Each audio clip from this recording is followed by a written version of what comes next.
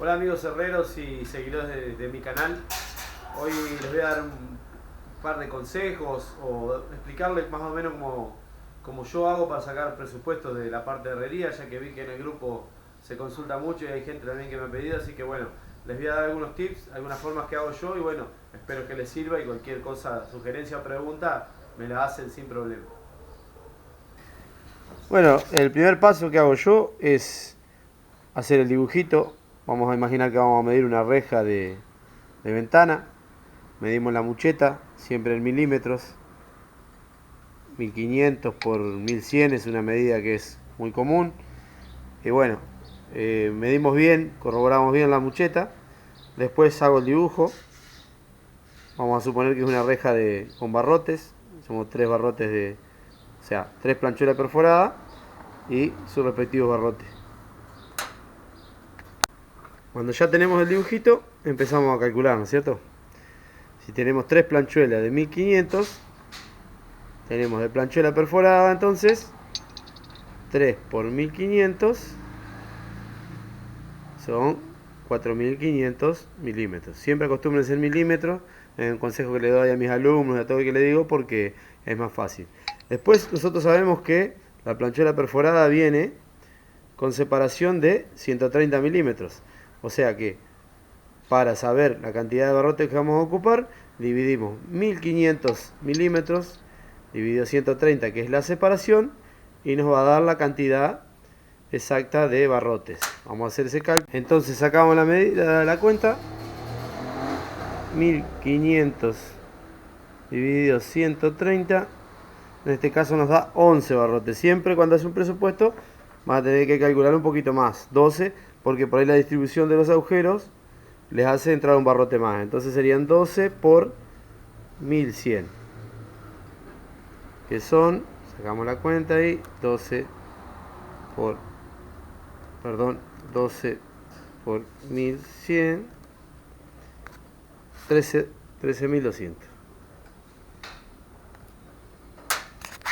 Al ya tener las cantidades sacadas, sacamos el costo. En este caso, bueno, yo le voy a poner un costo de lo que manejo yo acá más o menos, que sería la barra de planchuela unos 280 pesos.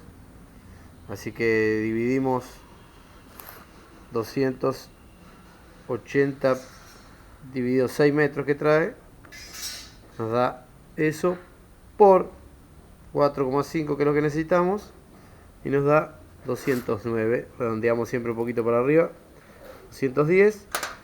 Con el hierro del liso también vamos a hacer lo mismo. Acá está más o menos similar, 280 a los 12 metros. Tenemos 280 dividido 12 por 13,2, igual 307. Siempre redondeamos un poquito para arriba. Ahí ya tenemos entonces la suma neta de lo que serían materiales, sin contar electrodos, sin contar pintura, sin contar algún disco. Y bueno, la forma que yo hago, sumándole ahora un estimativo de discos y de electrodos, pongámosle un medio kilo de electrodo, que por acá lo conseguiremos en 50 pesos, medio litro de pintura, unos 70, y bueno, algún costo fijo de corte de luz, de disco, todo son 100 pesos más. Hacemos la suma, sería